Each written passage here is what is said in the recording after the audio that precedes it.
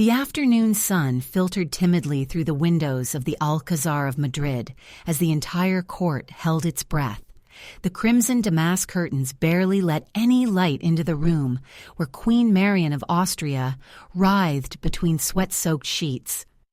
It was November 28, 1657, and all of Spain eagerly awaited the birth that could secure the continuity of the Habsburg dynasty. "It's a boy," announced the midwife with a trembling voice as the little prince let out his first cry.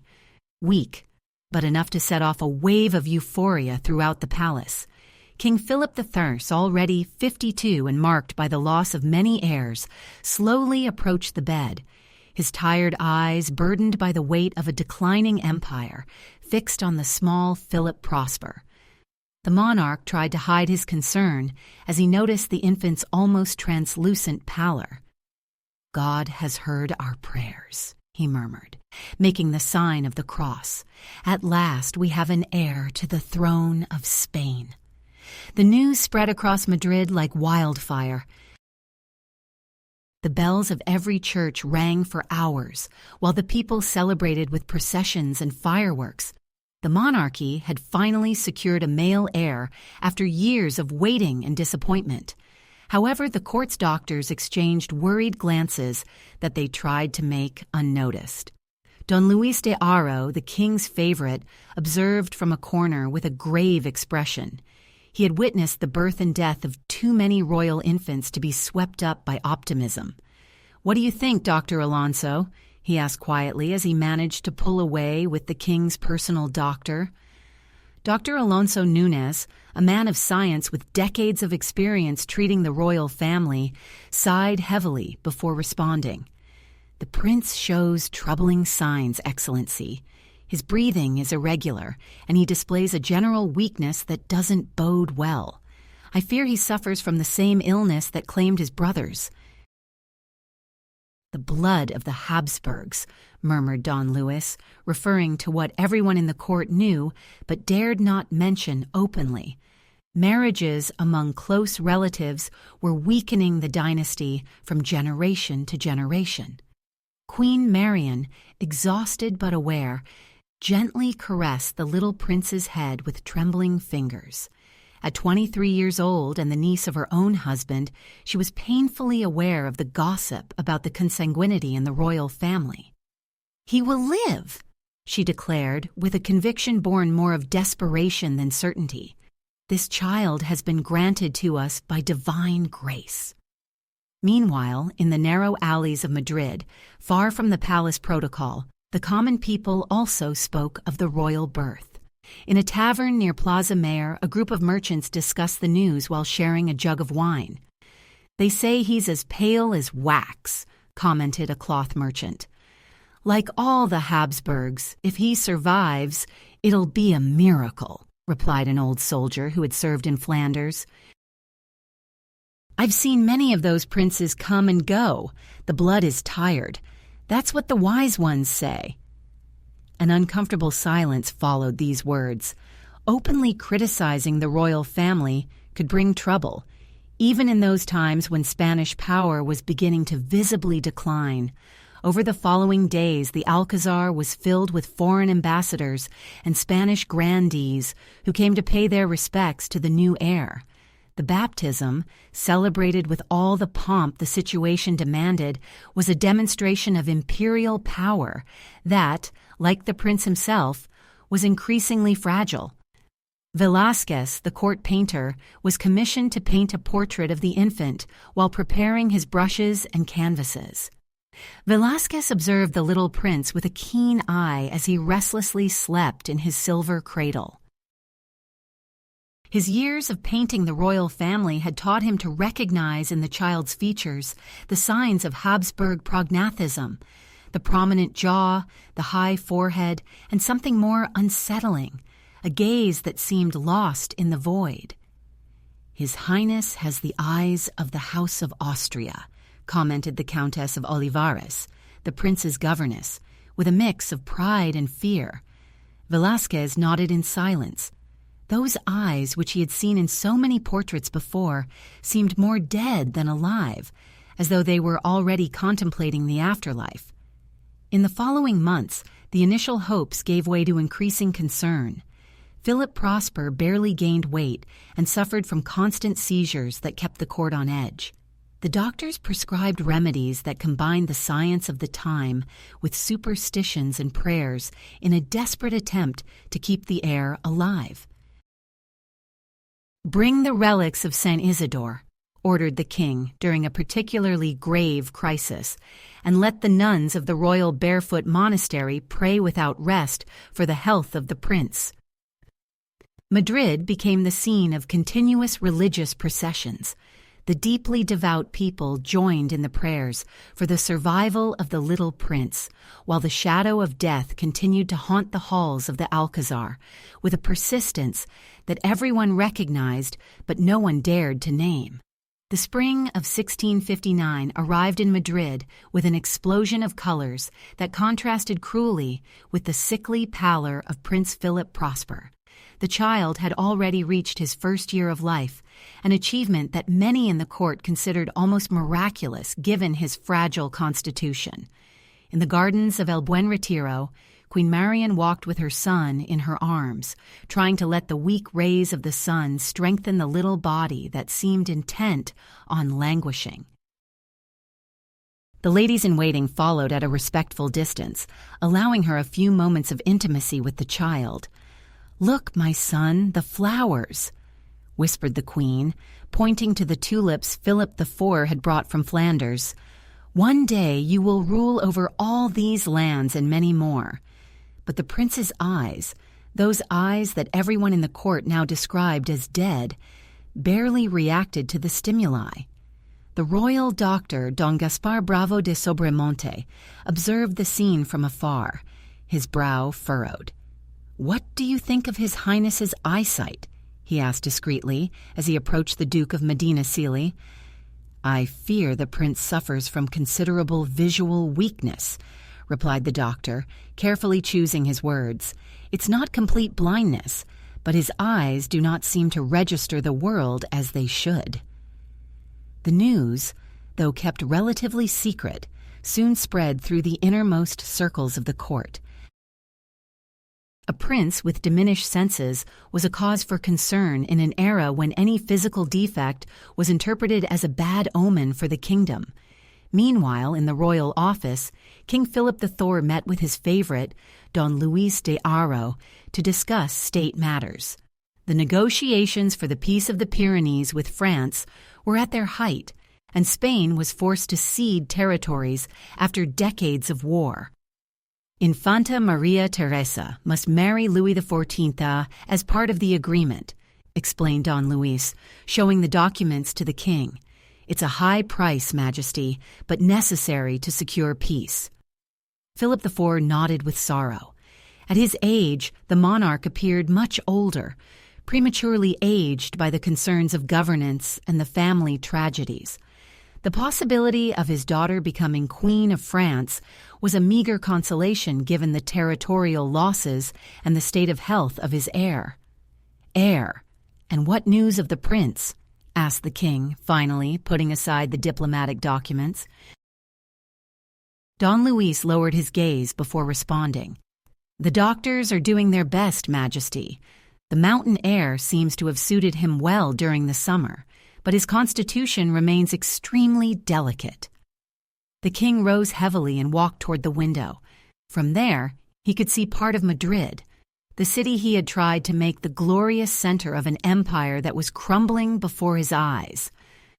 "God tests us, Don Luis.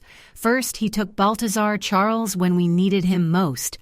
His voice cracked slightly as he remembered his eldest son, who had died 11 years earlier at the age of 17.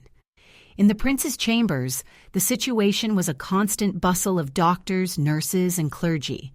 Sister Maria of Agreda, the mystic with whom the king corresponded, had sent blessed scapulars that remained constantly over the royal cradle. Doña Mencia de Mendoza, one of the oldest ladies of the court, looked disapprovingly at the methods used to treat the little prince. In my time, infants were raised with more strictness and less pampering, she commented to another lady while watching as leeches were applied to the prince to balance his humors. Times have changed, Doña Mencia, replied the Countess of Paredes. This child is our only hope. The Countess did not mention what everyone was thinking, that this hope was weakening day by day, convulsion after convulsion. One autumn afternoon, while the wind carried dry leaves through the palace gardens, an Italian doctor named Giovanni Battista Contarini arrived in Madrid. He had gained some fame in European courts for his innovative treatments. Philip Theuchers, desperate for any chance to improve his son's health, granted him an audience immediately. "Majesty," said the Italian after examining the prince, "I have seen similar cases in other royal houses. I believe I can alleviate some of the symptoms with a special regimen I have developed."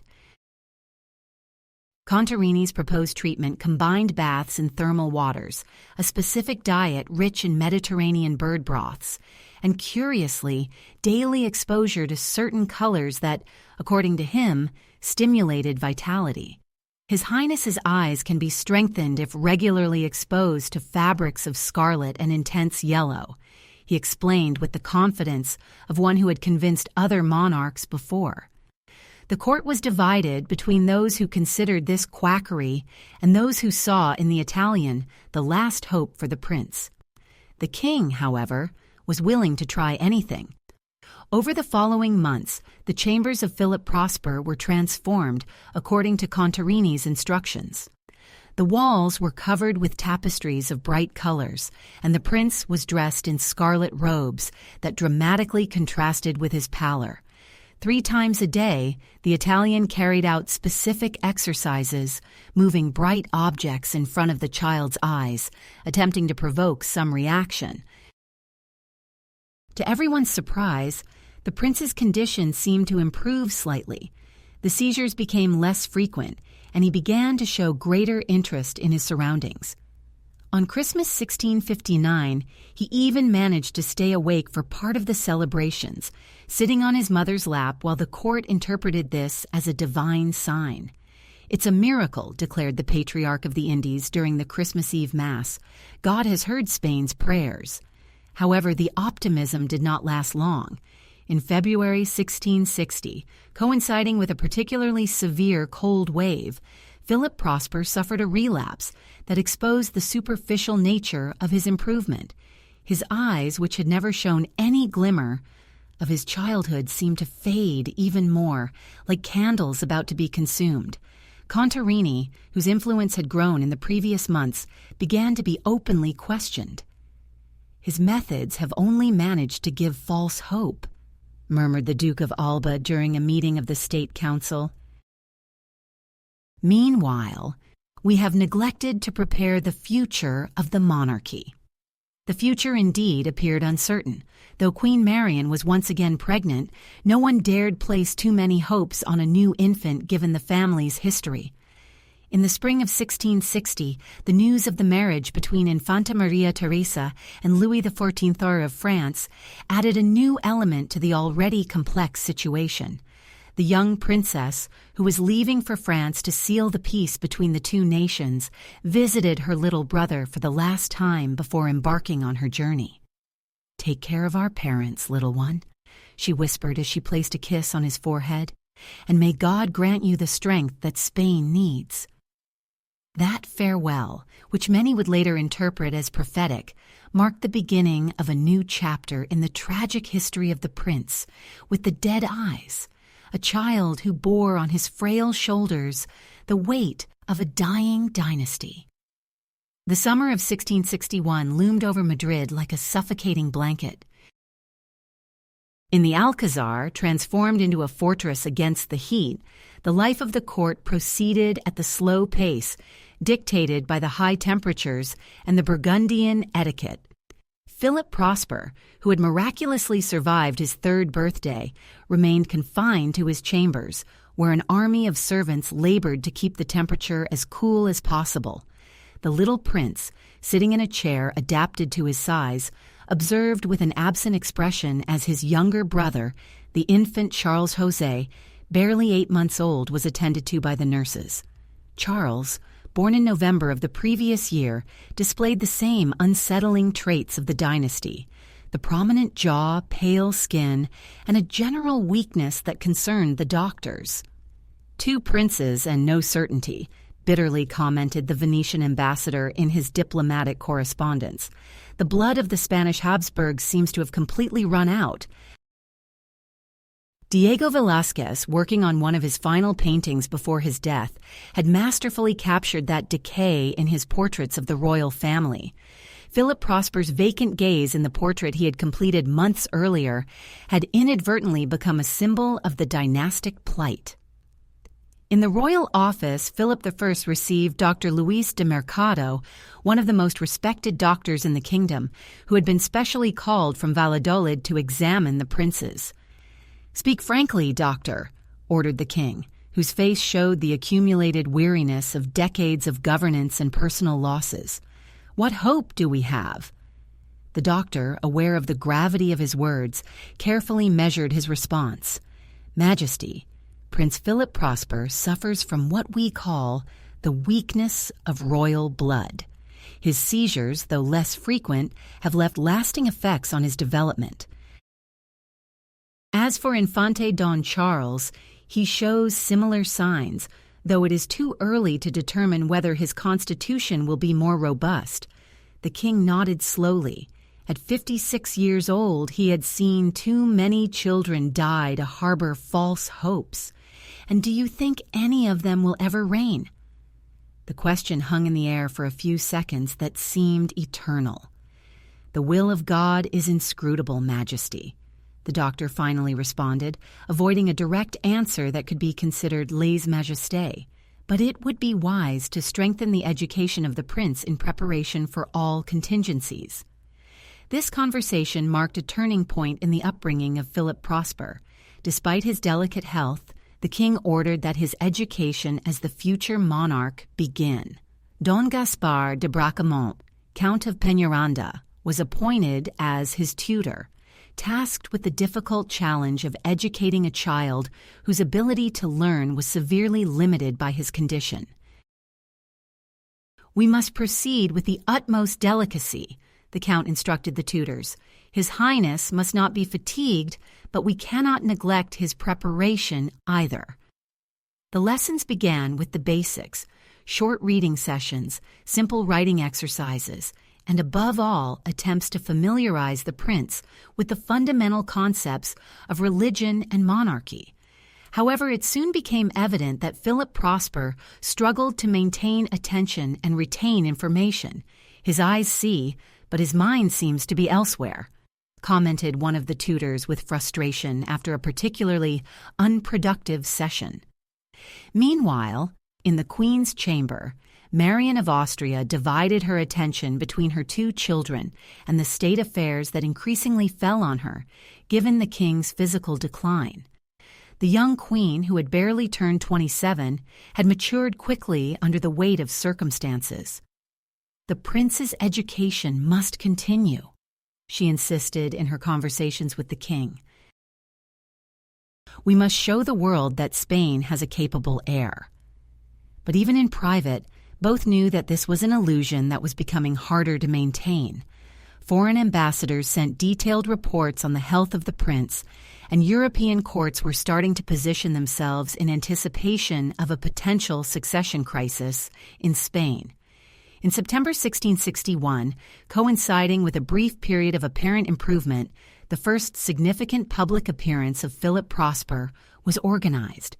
A solemn procession would traverse Madrid from the Alcazar to the Church of Atocha, where the prince would be officially presented to the patroness of the city. The preparations were exhaustive. A special litter was designed to allow the child to make the journey without tiring, and every detail was meticulously planned to avoid any incident that could expose his fragility. The morning of the procession dawned surprisingly cool for the time of year. Madrid was adorned with tapestries and flowers, and the people crowded the streets to see their future king pass by. Many of them had never seen the prince, and rumors about his condition had created a mix of curiosity and compassion. "They say he can hardly stand," commented one woman as she waited in Plaza Mayor. "I've heard his eyes don't see anything," replied another. "A living ghost." When the royal procession finally appeared, an expectant silence fell over the crowd. Philip Prosper, dressed in a crimson velvet suit, embroidered in gold and bearing the insignia of the Golden Fleece, sat in his litter, flanked by two ladies-in-waiting holding umbrellas to protect him from the sun. What struck the people of Madrid was not so much the obvious fragility of the child, but the expression in his eyes, that vacant gaze, as though he were looking at something that others could not see, something beyond this world.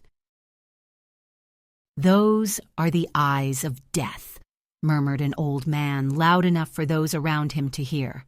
"May God have mercy on Spain." Despite some murmurs, the ceremony proceeded as planned.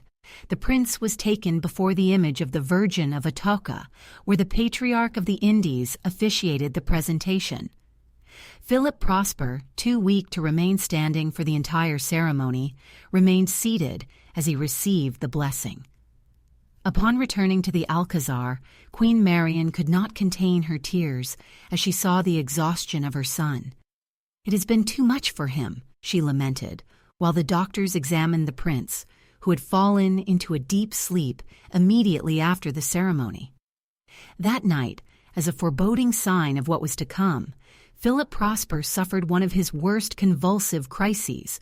For hours, his small body shook violently as the doctors desperately tried to control the spasms with the remedies of the time: bloodletting, herbal compresses, and prayers. "He is losing the battle," whispered Don Luis de Haro to the king, who remained in an adjacent room, unable to witness his son's suffering. "We should prepare for the worst." Philip III, prematurely aged by the weight of the crown and personal tragedies, nodded in resignation. "Notify the royal monasteries. I want masses and continuous prayers for his soul." In the following days, the court lived in a state of anguished waiting. The prince alternated between periods of apparent improvement and increasingly frequent crises. The doctors, having exhausted all known remedies, began to admit their impotence. "The disease is in his blood, Majesty," Dr. Nunez finally explained to the king. "It is the same affliction that claimed so many infants before him. No human science can remedy it." In November 1661, coinciding with his 4th birthday, Philip Prosper experienced a brief recovery that some interpreted as miraculous. For a few days, the prince showed more energy, even taking an interest in some toys he normally ignored. "Perhaps God has heard our prayers," the queen commented hopefully as she watched her son awkwardly attempt to play with a small wooden horse. However, the improvement turned out to be the last flicker of a candle about to go out. On November 1st, All Saints' Day, Philip Prosper suffered a convulsion so violent that everyone in the palace knew the end was near. The prince's agony lasted for 3 days. During that time, the Alcazar became a pilgrimage site for nobles and clergy who came to pray for the soul of the young heir. The king, consumed by pain, secluded himself in his private chapel, while the queen refused to leave her son's bedside. "His eyes no longer see this world," remarked the Countess of Olivares on the final night. "They have been looking at the other world since he was born." At dawn on November 4th, 1661, Philip Prosper, Prince of Asturias and heir to the greatest monarchy of his time, exhaled his last breath. He was 4 years and 7 days old. The news spread through Madrid like a shockwave. The bells of every church began to toll for the dead, and the people, who had already been expecting the outcome, received the confirmation with a mixture of sadness and resignation. "The blood is tired," was repeated in taverns and markets. "The Habsburgs are vanishing before our eyes." At the palace, as preparations for the prince's funeral were underway, a fact went almost unnoticed amid the general grief. Infante Charles José, the last male heir of the dynasty, had survived a fever episode that many had feared would be fatal. His survival amidst the tragedy was interpreted as a sign. Providence had decided that the blood of the Spanish Habsburgs would have one last chance. Few could imagine then that this sickly child, who would later reign as Charles II, would be known to history as the Bewitched, the last monarch of a dynasty consumed by its own blood, the epilogue of an empire over which, as in the dead eyes of Philip Prosper, the shadow of its inevitable end already loomed.